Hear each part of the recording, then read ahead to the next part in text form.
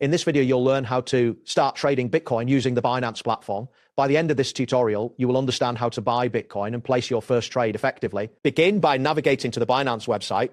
If you already have an account, sign in using your credentials. If you do not have an account, you will need to create one before proceeding.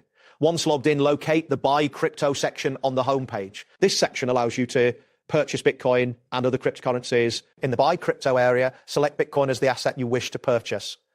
You will then be prompted to choose a payment method. Options may include bank transfer, credit card, or other payment services.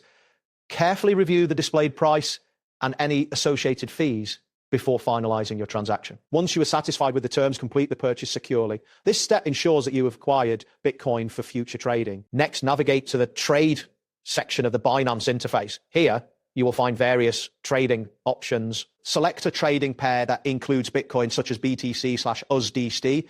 This selection will open the trading interface where you can review the price chart and the order book. Familiarize yourself with basic order types, including market and limit orders. It is essential to ensure that your account has a sufficient balance of Bitcoin or the equivalent currency to begin trading. Starting with small trades is advisable for beginners as you familiarize yourself with the trading process.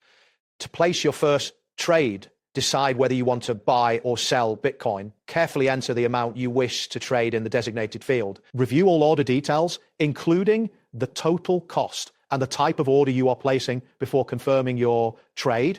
Once you're confident that everything is correct, submit the order securely. After submission, monitor the execution status of your order to ensure it is processed successfully. Reflect on the results of your first trade to enhance your understanding of the trading dynamics. That wraps up today's guide.